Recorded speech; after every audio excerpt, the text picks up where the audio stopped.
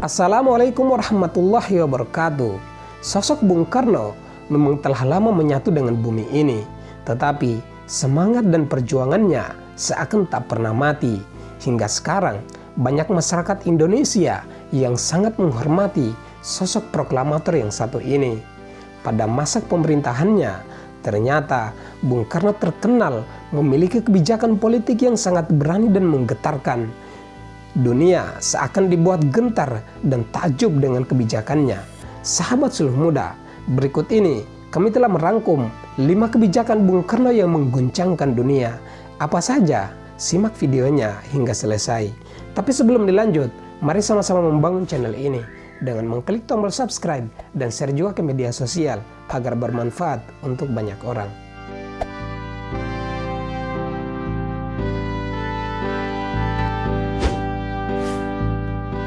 Pembebasan Irian Barat yang berhasil mengusir Belanda. Bung Karno yang sangat geram akibat larutnya penyerahan Irian Barat ke tangan Indonesia setelah beberapa kali membangun diplomasi. Akhirnya, ia memutuskan untuk menyiapkan langkah konfrontasi total, baik bidang politik, ekonomi, maupun militer. Penutupan perusahaan asing milik Belanda, pembentukan pemerintahan sementara Irian Barat di Tidore, hingga digaungkannya Trikora merupakan bagian dari kebijakan yang dilakukan Bung Karno untuk mengusir Belanda dari tanah Irian Barat.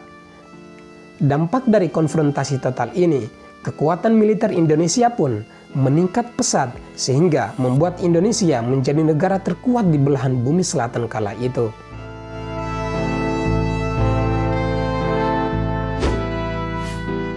Menjadi tuan rumah Asian Games dalam keterbatasan ekonomi. Baru 17 tahun lepas dari belenggu penjajahan, Indonesia kemudian menjadi tuan rumah Asian Games keempat dengan kondisi ekonomi nasional yang kalang kabut.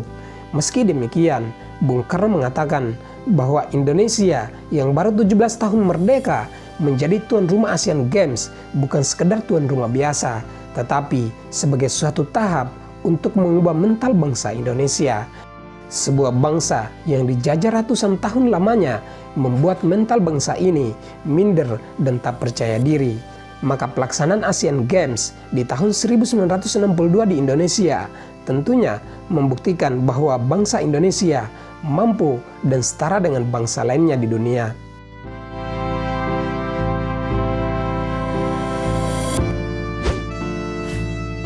Konfrontasi dengan Malaysia.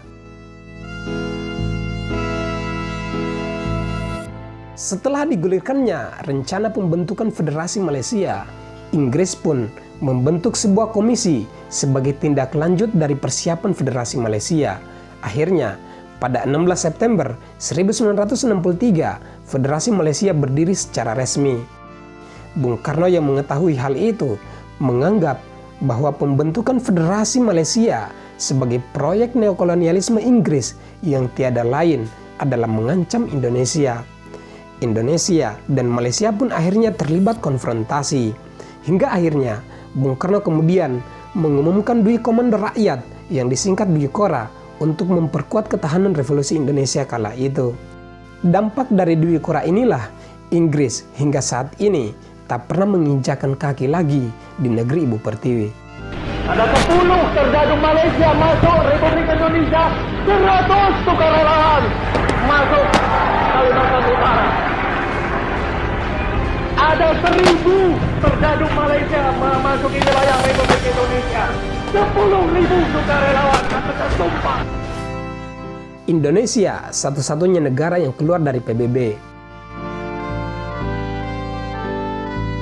Di bawah kepemimpinan Bung Karno, Indonesia ternyata pernah keluar dari PBB. Hal ini berhubungan dengan adanya konfrontasi Indonesia dengan Malaysia kala itu.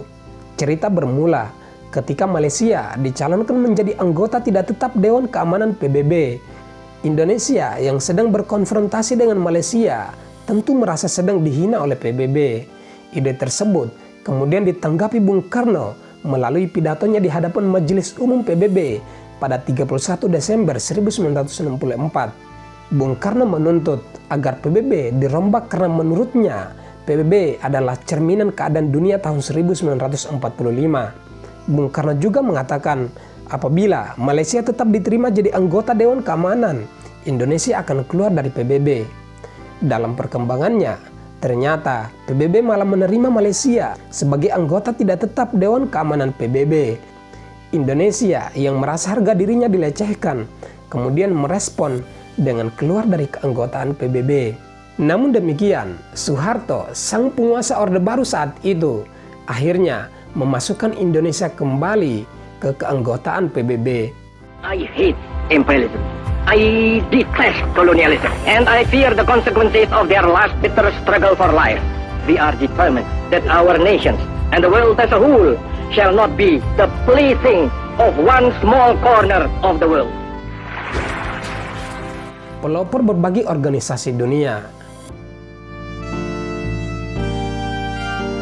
Konferensi Asia Afrika atau yang disingkat KAA, yang kemudian nantinya melahirkan gerakan non-blok atau yang disingkat GNB, serta The New Emerging Forces atau yang disingkat NEVOS adalah beberapa organisasi yang diinisiasi oleh Bung Karno. Sepak terjang Bung Karno yang demikian inilah yang membuat banyak negara barat menganggap bahwa Bung Karno adalah sosok yang berbahaya. Bung Karno bagi negara-negara Asia Afrika dikenal sebagai sosok pahlawan dan pemimpin besar revolusioner karena visinya yang berani berhasil mengubah mindset negara-negara berkembang untuk tak gentar dan sejajar dengan negara-negara maju. Itulah beberapa kebijakan Bung Karno yang mengguncangkan dunia.